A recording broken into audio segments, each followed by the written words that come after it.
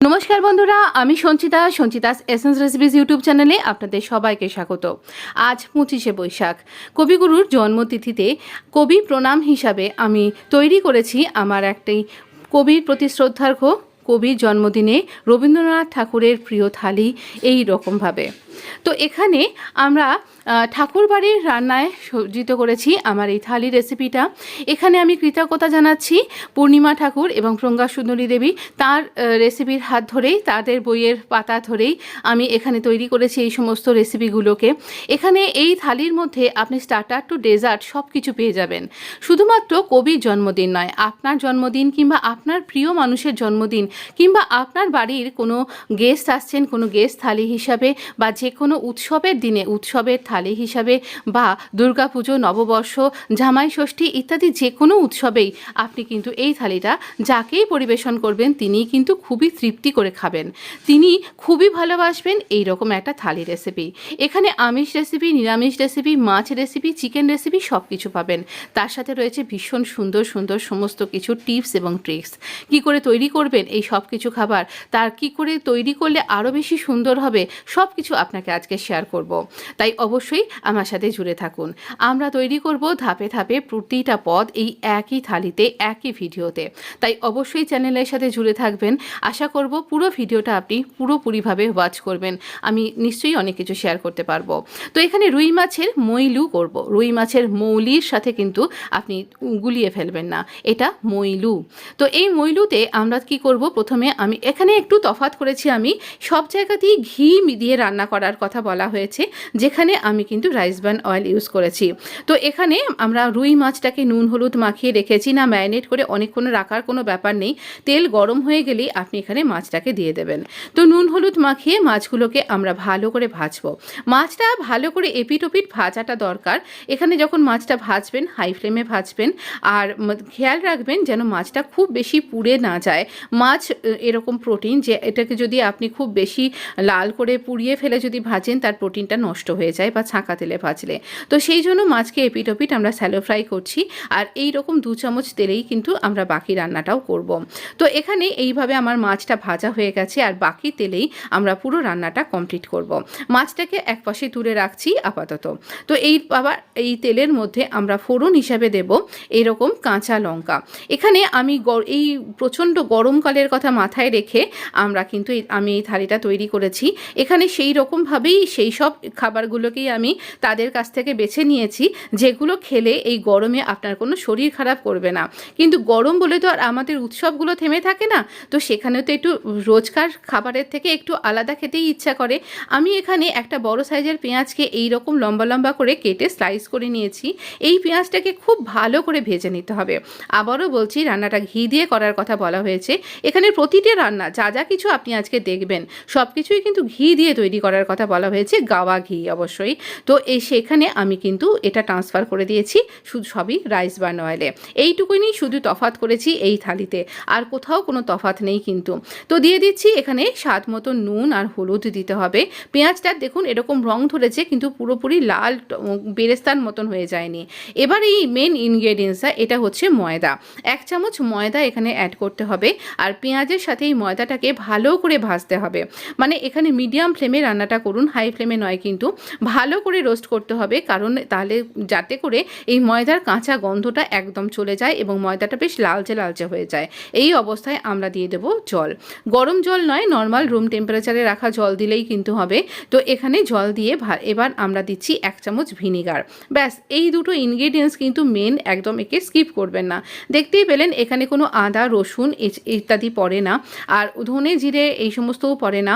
টেস্টের ব্যালেন্স রাখবার জন্য আমি সামান্য 2-4 দানা একটুখানি চিনি দিয়েছি, যাতে করে এই ভিনিগারের সাথে টেস্টটা ব্যালেন্স হয়ে যায়। এবারে আমরা মাছটা দিয়ে এই ঝোলের সাথে একটু ফুটতে দেব। ঝোলটা একটুখানি ঘন হবে, বুঝতেই পাচ্ছেন এর মধ্যে ময়দাটা দেওয়া রয়েছে, একটা থিকনেস তো থাকবেই।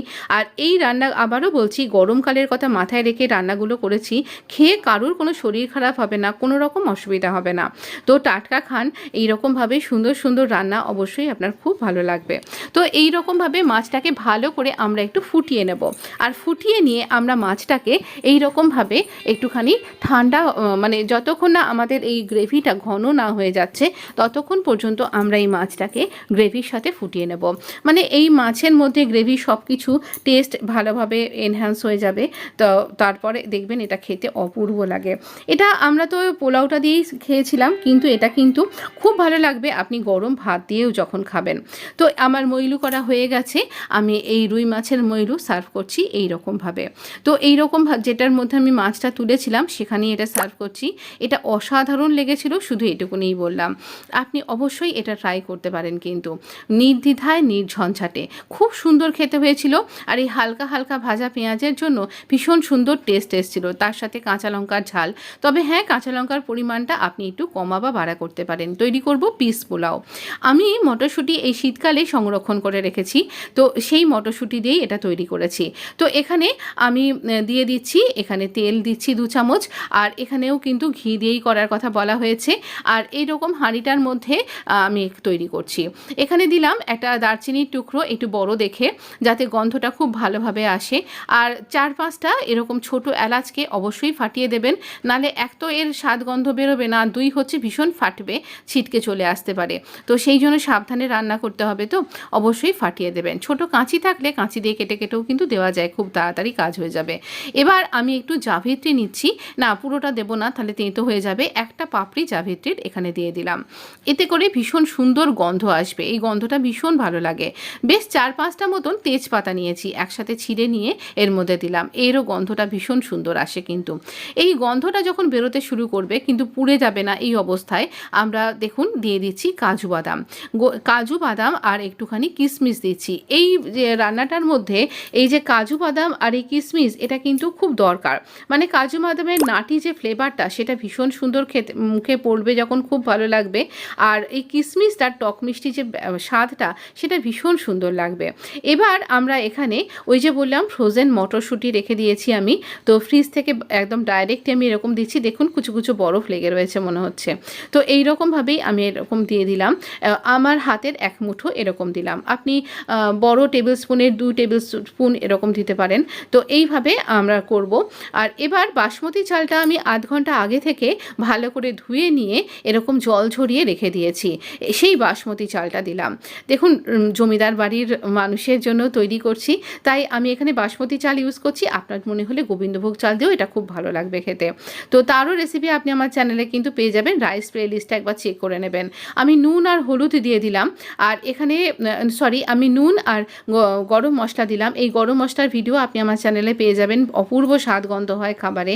তো এই গরম মশলা দিয়ে, এখানে হলুদ পড়বে না, এটা সাদা পোলাও, তবে আপনি মনে করলে হলুদ অবশ্যই দিতে পারেন। অনেকেই সাদা পোলাও বিশেষ করে এই এইরকম গরমের দিনে খেতে খুব পছন্দ করেন, তাই তাদের কথা মাথায় রেখে আর একদম হালকা পাতলা রান্না করছি, অথচ জন্মদিনের থালি, তাই সেই সব কিছু মিলিয়ে মিশিয়ে এভাবে করলাম। চিনিটা আপনার স্বাদ অনুযায়ী, এখানে অবশ্যই পোলাও যখন মিষ্টি মিষ্টি তো হবেই, তো তাই জন্য এরকম চিনি দিয়ে দিলাম আমি। আর এই রকমভাবে ভালো করে আমরা ভাজবো। তো ভাজার পরেই কিন্তু চিনি দিলাম, আমি দেখিয়েওছিলাম আপনাকে তুলে নিয়ে, যে এর পোলাওটা ঝরঝরে হবে তখনই যখন আপনার চালটা একদম ট্রান্সপারেন্ট ভাজা হবে। আচ্ছা, এই জলটা ঘোলা ঘোলা কেন বলুন তো? আমি ছানা কাটিয়েছি, সেই ছানার যে জলটা সেটা ইউজ করছি। আর একদম টাটকা ছানার জল, এখনও জলটা গরম রয়েছে, ঈষদ উষ্ণ। তো ঈষদ উষ্ণ গরম জল দিতে হবে এমন কোনো ব্যাপার নেই, আপনি রুম টেম্পারেচারে থাকা জলই দেবেন। আর আমি ছানার জলটা ব্যবহার করছি, কারণ এটা যাতে ইউজ হয়ে যায় ভালোভাবে, এতে ছানার পুষ্টিগুণ রয়েছে, আর এটা খাওয়াও খুব ভালো। তৈরি করব ছানার ডালনার রেসিপি, আমাদের বাঙালিদের নিরামিষ দিনের অত্যন্ত ফেভারিট একটা রেসিপি ছানার ডালনা। এই সমস্ত মশলা, ধনে, জিরে, মেলন সিড, 2টো মাত্র কাজু নিয়েছি, আর এখানে 2টো টমেটো আর জিঞ্জার নিয়েছি। এই মশলাগুলোকে স্মুথ একটা বেটে নেব। ড্রাই ইনগ্রিডিয়েন্টসগুলো আগে আপনি গুঁড়ো করে নিন, তারপরে এই টমেটোটা দিয়ে ভালো করে পেস্ট করুন, দরকার লাগলে জল দেবেন। তো আমি এখানে নুন আর সামান্য একটুখানি আটা নিলাম। এখানে ছানাটা নিয়েছি, পুরো ফুল ফ্যাট 1 লিটার দুধের আমি এখানে ছানা ব্যবহার করেছি। তার থেকে এখানে রয়েছে পুরো 3 ভাগ, আর 1 ভাগ দিয়ে ওই পায়েসটা তৈরি করেছি। তো আপনি এরমভাবে ধরতে পারেন 150 গ্রাম ছানা এখানে, বা 150 থেকে 175 গ্রাম ছানা আমি ছানার ডালনাটাই ইউজ করেছি, আর 50 থেকে 75 গ্রাম ছানা আমি ইউজ করেছি ওই ছানার পায়েসে। আমি গ্রামের হিসাবেও কিন্তু বলে দিলাম আপনাকে। এবার ছানাটাকে স্মুথ করব হাতের তালু দিয়ে চটকে চটকে মেখে মেখে। ছানাটা স্মুথ করাটা কিন্তু অবশ্যই দরকার, এত এতটা ফ্লাওয়ার আমার লাগবে না, আমি যতটা বুঝবো ততটা নেব। বাড়িতে সাধারণত যদি আপনি ছানা কাটান বিশেষ একটা আটা ময়দা লাগে না। তো আমার দেখুন সামান্য একটু লেগেছে, বাকিটা সাইডেই পড়ে আছে। তো এবার আমরা এখানে কয়েকটা পোর্শনে ছানাটাকে ভাগ করে নিচ্ছি। এই ছানার ডালনার রেসিপিটা অসম্ভব সুন্দর হয়। এর সম্পূর্ণ আলাদা একটা ভিডিও আপনি আমার চ্যানেলে পেয়ে যাবেন। যদি মনে হয় আমি আই বাটনে যদি মনে থাকে দিয়ে দেবো, কিন্তু একবার দেখতে পারেন, ভীষণ সুন্দর কিন্তু খেতে হয় এটা। নিরামিষ দিনে আপনি অবশ্যই তৈরি করে খেতে পারেন, সেদিনকে থালি তৈরি করছেন বা না করছেন। এবার এই প্রত্যেকটা বলকে আমরা একদম ভালো করে গোল্লা পাকিয়ে নেব, স্মুথ একটা স্ট্রাকচার তৈরি করে প্রত্যেকটাকে একটা করে রেক্ট্যাঙ্গেল শেপ দিয়ে নেব। এটা করাটা বাঞ্ছনীয় এমনটা আমি বলছি না, তবে না যখন আপনি বিয়ে বাড়িতে খান তখন তো এরকমই শেপের হয়, আমাদের খেতে তো খুবই ভালো লাগে, তাই সেইটা রকমভাবেই তৈরি করার চেষ্টা করেছি। তো এইভাবে আমরা এখানে প্রত্যেকটা রেক্ট্যাঙ্গেলকে এরকমভাবে তৈরি করে করে রেখে দেবো ছানাটাকে। তো এবার আমরা এটাকে ফ্রাই করব। এতক্ষণে আমি কড়াইটাকে এই ফাঁকে গরম করতে দিয়ে দিয়েছিলাম।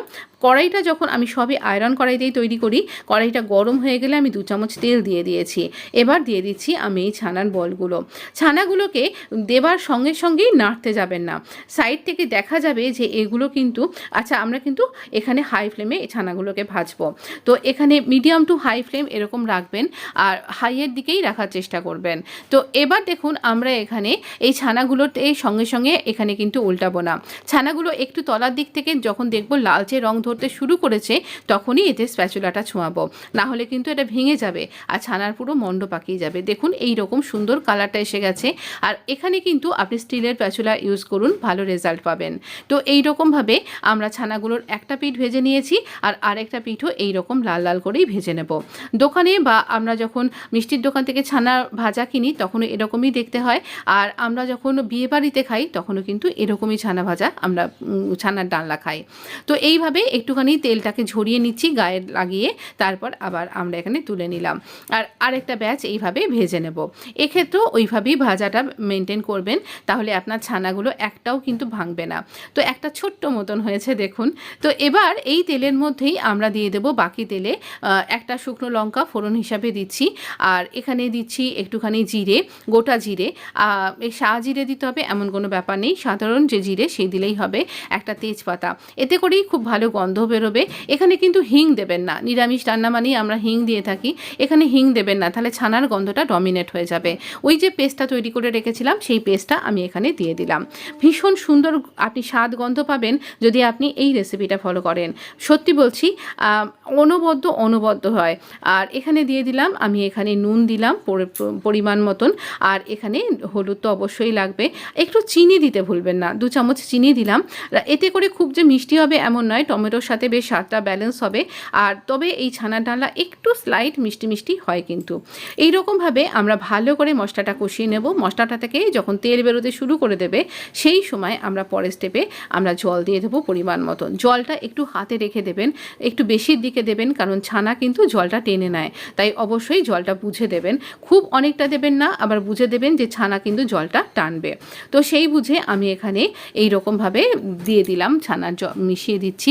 আর এবার এটা টকবক করে ফুটবে, বেশ অনেক টকবক করে ফুটতেই থাকবে, তাহলে পরে দেখবেন গ্রেভিটা খুব সুন্দর তৈরি হয়ে যাবে। আমি পরে দেখাচ্ছি একদম যখন সার্ভ করব। এখানে মলমলের ফ্যাব্রিক নিয়ে নিয়েছি, তলায় ছাঁকনি দিয়েছি, তলায় একটা বাটি রেখেছি। এখানে কোকোনাট আমি গরম জলে ভিজিয়ে রেখেছিলাম, সেটাকে স্ট্রেন করে নেব। কোকোনাট মিল্কের দরকার আমার। এই পরের রেসিপিতে আমার লাগবে কোকোনাট মিল্ক, তবে আপনি প্যাকেটের কোকোনাট মিল্ক পেলেও আপনি তা দিয়ে করতে পারেন। তবে এই যে নারকোলটা আমরা এখানে চিপে দুধটা বার করে নিচ্ছি, তো এই নারকোলটাও কিন্তু আমি ইউজ করব। এই রকম 2খানা পেঁয়াজকে আমরা এখানে কেটে স্লাইস করে নেব, আর এই রকম তেলটাকে গরম করতে দিয়েছি। আর এইভাবে আমরা এখানে কড়াইটা ভালো করে যখন গরম হয়ে গেছে তখন আমরা এখানে পেঁয়াজগুলো ততক্ষণে ভাজতে খেয়াল রাখবেন আপনার কড়াই যেন ঠিকঠাক গরম হয় টেম্পারেচারে, তারপরেই কিন্তু তেলটা অ্যাড করবেন, নাহলে কিন্তু তলায় আটকে যাবে। এবার ওই যে স্লাইস করে রাখা পেঁয়াজটা সেইটা আমরা এখানে দিয়ে দেব। পেঁয়াজটা এখানে দিয়ে দিয়েছি, আর পেঁয়াজটাকে খুব ভালো করে ভাজতে হবে না, পেঁয়াজটাকে খুব একদম পুড়িয়ে বাদামি করে ফেলবেন সেরকম করে ভাজবেন না, কিন্তু পেঁয়াজটা যেন কাঁচা না থাকে সেই দিকটাও খেয়াল রাখতে হবে। ভালো করে নাড়াচাড়া করতে করতে ভাজুন, আর ফ্লেমটা মিডিয়াম টু হাই এরকম রাখুন। তো এইবার আমরা এরকমভাবে পেঁয়াজটাকে যখন ভাজছি সেই সময় দেখিয়ে দিই কিছু মশলা আমাদেরকে বেটে নিতে হবে। বাটা মশলাগুলোর দিকে একবার চোখ দিন মিক্সির বাটিতে। তো মিক্সির বাটির মধ্যে আমি এখানে প্রথমে এক চা চামচ আমি এখানে দিচ্ছি ব্ল্যাক মাস্টার্ড। তো এরকম কালো সর্ষে দিয়ে দিলাম, যা যা বলা আছে তাই তাই আমি কিন্তু দিচ্ছি। এখানে 2টো কাজু দিচ্ছি আমি এখানে, যদিও অনেকগুলো কাজুর কথা বলা আছে। তো এখানে দিচ্ছি আমি একটুখানি আদা, মোটামুটি 1.5 ইঞ্চি কি 2 ইঞ্চি দিচ্ছি, আবার 2টো পেঁয়াজ এরকম দিয়ে দেবো। এগুলোকে গুঁড়ো করে নিয়ে আমি এখানে পেঁয়াজটা দিয়ে একটা স্মুথ পেস্ট তৈরি করব। পেঁয়াজটা এই রকম ভাজা হবে, সেই সময় ওই যে নারকোলটা চিপে রেখে দিয়েছিলাম সেই নারকোলটা এখানে দিয়ে দেব। এখানে নারকোলটা দিয়ে এখানে ভালো করে আবার কষিয়ে নেব। এতে করে আপনার গ্রেভিটা অসম্ভব সুন্দর খেতে হবে, আর এই জন্য টেস্ট অনেক গুণ বেড়ে যাবে, আর এই রান্নাটা অদ্ভুত সুন্দর ফ্লেভার আসবে। দিয়ে দিচ্ছি একটুখানি নুন, পরিমাণ মতন এখানে নুন দেব। মাংসতে আমি ম্যারিনেট করে রাখিনি, তাই নুনটা পরিমাণ মতন দেবেন। এখানে চিনি দেব টেস্টের ব্যালেন্সের জন্য, হলুদও দিয়ে দেব। সব কিছু দিয়ে আবার একটুখানি কষিয়ে নেব। একটুখানি মশলাটা যখন ভালো করে কষানো হয়ে যাবে সেই সময় আমরা একদম পরিষ্কার করে ধুয়ে রাখা এই চিকেনটা দিয়ে দেব। চিকেনটাকে দেখতেই পাচ্ছেন কোনো কিছুভাবেই আমি ম্যারিনেট করিনি, এমনকি তেল দিয়েও ম্যারিনেট করিনি, এইরকমভাবেই এটাকে এখানে দিয়ে দেব। এই রান্নাটা গরমের দিনে একদম আদর্শ রান্না। যারা চিকেন খেতে খুব ভালোবাসেন অথচ মনে হচ্ছে গরমে একটু হালকা চিকেন টাইপের কোনো চিকেনের রেসিপি চাইছেন, তাহলে আমি বলবো এই রেসিপিটা মাস্ট। ভীষণ সুন্দর খেতে হয়, আর এটা একদম রিচ গ্রেভি হয় না। এবার একটু কষিয়ে নিয়ে যখন মাংসের কালারটা চেঞ্জ হয়ে যাচ্ছে, মাংস জল ছাড়তে শুরু করে দিচ্ছে, সেই সময় ওই কোকোনাট মিল্কটা দিয়ে দেবো। ব্যাস, এবার দেখতেই পাচ্ছেন খুব বেশি ঝামেলা ঝঞ্ঝাটের ব্যাপার নেই, আর রান্নাটায় কিন্তু রসুন পড়বে না। এবার আমরা এখানে এটাকে চাপা দিয়ে রেখে দেবো। এখানে আমরা এইরকম ভাবে এই গরম মশলাটাও দিয়ে দেব, দিয়ে ভালো করে আমরা নাড়াচাড়া করে নেব। এই সুন্দর রান্নাটার রেসিপি আমার একদম রেডি হয়ে গেছে। আপনি যদি খুব ঝাল খেতে পছন্দ করেন তাহলে হোয়াইট পেপার এখানে একটুখানি গুঁড়ো করে দিয়ে দিতে পারেন, ওই মশলাটা যখন গুঁড়ো করেছিলাম। তো আরেকটা চিকেনের রেসিপিতে আমরা চলে যাব। এখানে ম্যারিনেট করব আমরা চিকেন। এখানে চেষ্টা করবেন বোনলেস চিকেন ইউজ করতে। আমার বোনলেস পিসের সাথে সাথে কিছু উইথ বোন পিসও চলে এসছে। তো এখানে আমরা দিচ্ছি, এখানে প্রথমে নুন দিয়ে দেবো আমরা ভালোভাবে, পরিমাণ মতন নুন দিয়ে দেব। এবার আমরা দেব এখানে কিছু গুঁড়ো মশলা, যেমন ধরুন আমরা এখানে দেব গার্লিক পাউডার দিয়ে দিচ্ছি। হ্যাঁ, তবে আপনার কাছে যদি পাউডারগুলো না থাকে তাহলে কাঁচা দিয়ে দিতে পারেন, তবে চেষ্টা করবেন জল যাতে বিশেষ একটা না যায় এর মধ্যে। তো এখানে গার্লিক পাউডার দিয়ে দিলাম, আর দেব জিঞ্জার পাউডার। তো এখানে পাউডারগুলো যদি আপনি পান তাহলে খুব ভালো। আমি চিকেন দিয়ে একটা রেসিপি তৈরি করেছিলাম, যেটা আমি কালী পুজোর পরে দিয়েছিলাম। সেই রেসিপিটাতে এরকম কিছু মশলা দিয়ে ম্যারিনেশন ছিল, তো সেই রকমভাবেও কিন্তু এটা তৈরি করতে পারেন। আমি বলছি সেই রেসিপিটার কথা একটু পরে। তো দেখুন এই রকমভাবে আমরা এখানে ভালোভাবে এই গুঁড়ো মশলাগুলো দিয়ে ম্যারিনেট করব। একটা গুঁড়ো মশলা দেখাচ্ছি, এটা না আমি তৈরি করা দেখাইনি, তো অনেকটা বড় হয়ে যাচ্ছে না ভিডিওটা। তো কি দিয়েছি দেখুন আপনি, এখানে সব কিছু ইনগ্রেডিয়েন্টস আমি লিখে দিয়েছি, এই সব কিছু। আর এই মশলাটা সাধারণত আমি আমার প্রায় রান্নাতে দিয়ে থাকি। যদি আপনি আমার রেগুলার ভিউয়ার্স হন তাহলে তো অবশ্যই বুঝতে পারছেন। এই মশলাগুলোকে ড্রাই রোস্ট করে আমরা এখানে দিয়ে দেব। আর এখানে দেব হাংকাট দিলে খুব ভালো হয়, নালে দেখবেন যেন জল না থাকে আপনার দইতে, এইটাই হলো মেন ব্যাপার। তো আপনি দইয়ের ওপরের অংশটা জল ছাড়া তুলে রাখবেন, বা নালে কিছুক্ষণ তুলে ছাঁকনিতে রেখে দেবেন।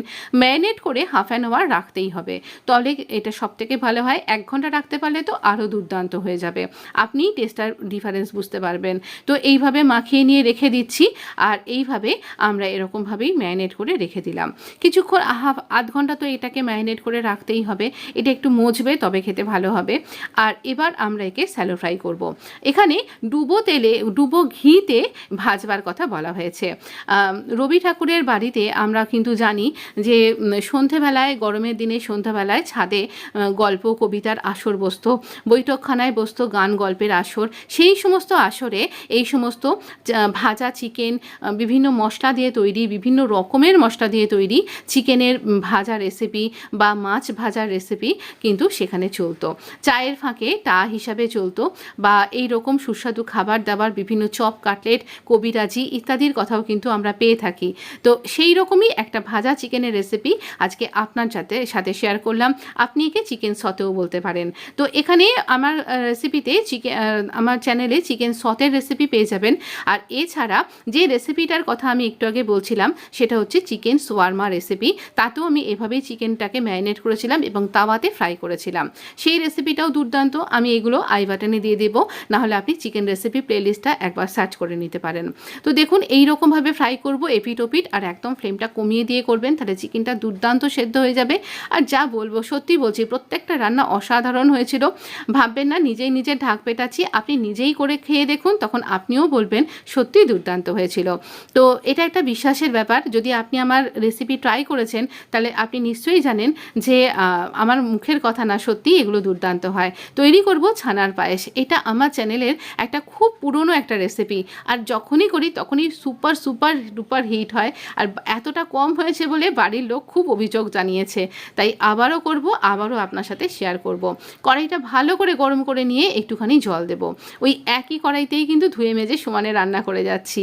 দেখুন এখানে দিয়ে দেবো পরিমাণ মতন দুধ। এখানে কতটা দুধ দিয়েছি বলুন তো?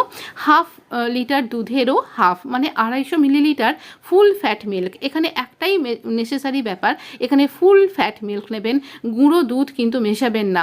গুঁড়ো দুধ মেশালে দুধটা ঘন তো হবে ঠিক কথাই, কিন্তু একটা গুঁড়ো দুধের আলাদা স্মেল চলে আসবে। এটা সেই রকম টেস্ট কিন্তু এখানে আনার দরকার নেই। এটা এখানে এই রকমভাবেই তৈরি হবে। আপনি খেয়াল করবেন গুঁড়ো দুধ মেশানো রেসিপি আর গুঁড়ো দুধ ছাড়া রেসিপি, দুটোর মধ্যে কিন্তু অনেকখানি স্বাদের ডিফারেন্স হয়ে যায়।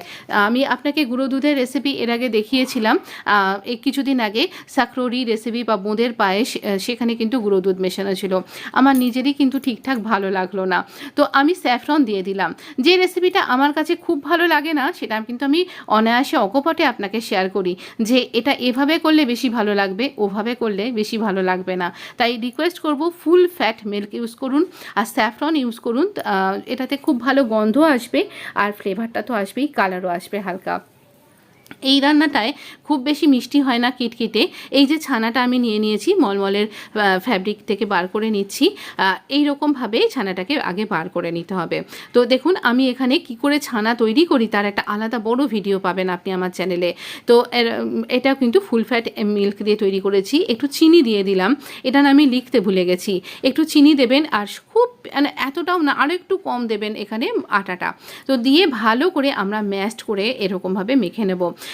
50 থেকে 75 গ্রাম, আমি তো ওজন করে নিইনি, আন্দাজে বলছি, 50 থেকে 75 গ্রাম এখানে আমি এখানে ছানা ইউজ করেছি। ছানাটাকে একদম স্মুথ তৈরি করে নেব। এতটা ছোট না, হাতের তালুর মধ্যে থেকে বেরিয়ে যাচ্ছে, আমি তাই আঙুলের ডগা দিয়ে ওই রকমভাবে এটাকে পেস্ট করে নিচ্ছি। কিন্তু এটাকে মিক্সিতে বাটবেন না, তাহলে একেবারে অন্য রকম স্ট্রাকচার চলে আসবে। তো এইভাবেই আমরা এখানে ছানাটাকে স্মুথ করে নিচ্ছি। নেবার পর আমরা এখানে একদম ছোট্ট ছোট্ট করে রসগোল্লার মতন শেপ দিয়ে ভাগ করে নেব। কয়েকটা স্মুথ একদম করে নিচ্ছি, নিয়ে এরকম দেখুন কয়েকটা ছোট ছোট পোর্শনে ভাগ করে নিচ্ছি। যখন করবেন না রেসিপিটা, একটুখানি বেশি পরিমাণে করবেন, মানে হাফ লিটার দুধ, একটুখানি দুধে অন্তত ছানাটা করবার চেষ্টা করবেন। তো এখানে খুব সুন্দর হয় এই রেসিপিটা, নাহলে বাড়ির লোক আমার বাড়ির মতনই অভিযোগ জানাবে, কেন এত ভালো রেসিপিটা এত অল্প কেন তৈরি করেছো।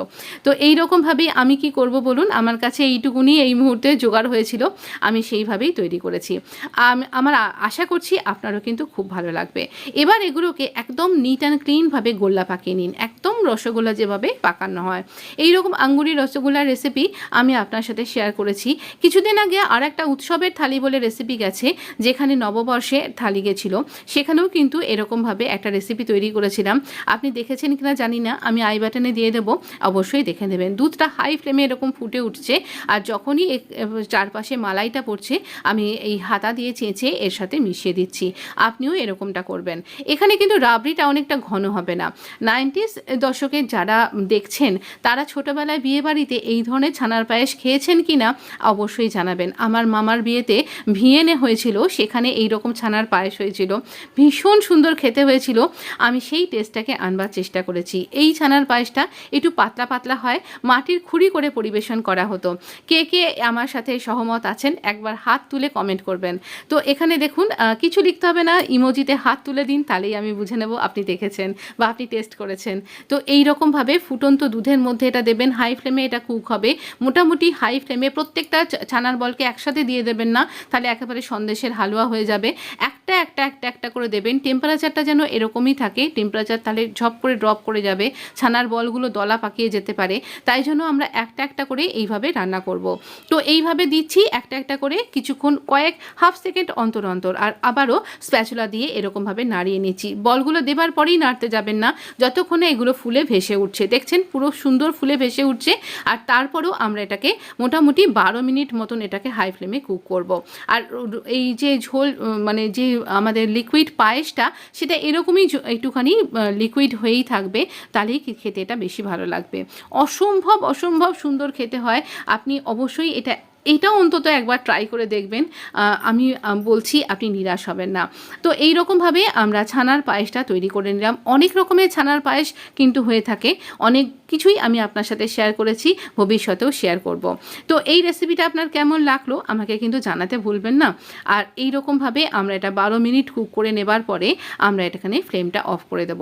আমরা ফ্লেম অফ করে দিয়ে দিচ্ছি 1 চামচ আমি এখানে গোলাপ জল দিয়ে দিলাম। এখানে গোলাপ জলটা দেওয়া সম্পূর্ণ অপশনাল, দিতেও পারেন নাও দিতে পারেন, তবে স্যাফরনটা কিন্তু দিতে হবে।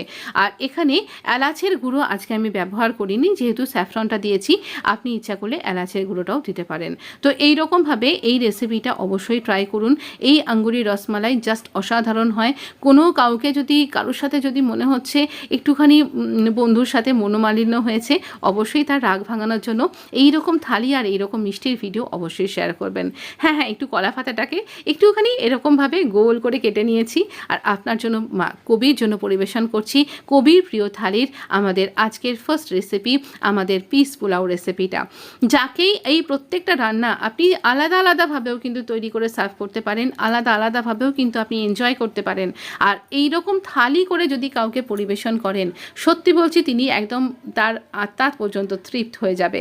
ভীষণ সুন্দর থালি রেসিপিটা, অসম্ভব ভালো খেতে হয়েছিল। আর মটরশুঁটির কালারগুলোও কিন্তু একদম ঠিকঠাক আছে, সবুজ তো সবুজই আছে। তো অবশ্যই ট্রাই করবেন, অবশ্যই ট্রাই করবেন। এবারে দিয়ে দেবো আমরা যে চিকেন সাতেটা করলাম বিভিন্ন মশলার সহযোগে, চিকেনের ভাজা রেসিপি। অবশ্যই এই ধরনের রেসিপি আপনার সান্ধ্য জলখাবার বা আপনি এটাকে কোনো রোল বানাচ্ছেন তার মধ্যে দিয়ে একটু স্যালাডের সাথে এটা সার্ভ করবেন, অসম্ভব সুন্দর খেতে ভালো লাগবে। আমি শুধু থালি রেসিপি বলছি না, আমি সাথে সাথে আপনাকে প্রম্পট করছি আরও অনেক রেসিপি, এই রেসিপি থেকে কী করে তৈরি করবেন সেই সব কিছু। তাই এখনও যদি চ্যানেলটা সাবস্ক্রাইব করে না থাকেন, চ্যানেলের সাথে অবশ্যই জুড়ে যান। চ্যানেলটা সাবস্ক্রাইব করে নোটিফিকেশানটা অন করতে ভুলবেন না। আমি সার্ভ করব ছানার ডালনা। দেখছেন তো ঝোলটা কতটা টেনে নিয়েছে। এই ছানার ডালনাটা অসাধারণ হয়, আর আমার বাড়িতে নিরামিষ দিনে এটা হবেই হবে, এরকম একটা ব্যাপার কিন্তু তৈরি হয়ে যায়। তো অবশ্যই আমার বাড়ির লোক এটা খুব পছন্দ করেন। তো এই গ্রেভিটা ওই জন্যই বললাম জলটা একটু বুঝে দেবেন। এটা না যেদিনকে নিরামিষ দিনে লুচি খাচ্ছেন বা পরোটা খাচ্ছেন তার সাথেও কিন্তু অসাধারণ লাগে, ভাতের সাথে তো ভালো লাগে। তো এই ছানার ডালনার পরে আমরা দেব রুই মাছের মইলু। আরেকটা মাছ গেল কোথায়, আমার মেয়ে খেয়ে পড়তে চলে গেছে। তো এই রকমভাবে আমরা এখানে রুই মাছের মইলুটা পরিবেশন করছি। আর এবার আসছে আমাদের সেই চিকেনের রেসিপিটা। আমি চিকেনের এই রেসিপিটার মধ্যে কোনো রকম ঝাল বিশেষ একটা ব্যবহার করিনি, আদার ঝালেই এটা ঝাল হয়েছে। আর এখানে যদি মনে করছেন যে আপনি একটু ঝাল খাবেন, তাহলে কাঁচা লঙ্কা বেটে দিন, কিংবা সবথেকে ভালো হয় আপনি হোয়াইট পেপারকে ভালো করে গুঁড়ো করে নিন মশলাটা যখন গুঁড়ো করছেন, তো তাহলেও কিন্তু আপনি ঝালটা পেয়ে যাবেন। এই রান্নাটা আসলে বেশি ঝাল হয় না, যেমনটা বলা ছিল তেমনটাই তৈরি করেছি। আপনি ব্ল্যাক মাস্টার্ডের একটা ঝাঁঝালো ব্যাপার পাবেন, আর নারকেলের মিষ্টিতে এটা ভরপুর সুন্দর একটা রেসিপি, যেটা খেয়ে মনে হবে আপনি কি ভালো একটা ঠান্ডা রেসিপি খেলাম। সত্যি বলছি গরমের দিনের জন্য আদর্শ চিকেন রেসিপি। আর এই রান্নাটা অসম্ভব সুন্দর হয়, এইরকমই গাঢ় গ্রেভি হয়ে গেছে। আর খেয়াল রাখবেন এই রান্নাটা যেন তলা লেগে না যায়, কারণ যেহেতু নারকেল আছে, শেষের দিকে ঝোলটা যখন ঘন হয়ে যাবে বারবার নাড়াচাড়া করতে হবে। তো ভিডিও বড় হয়ে যাচ্ছিল, আমি অত কিছু এখানে এভাবে দিইনি।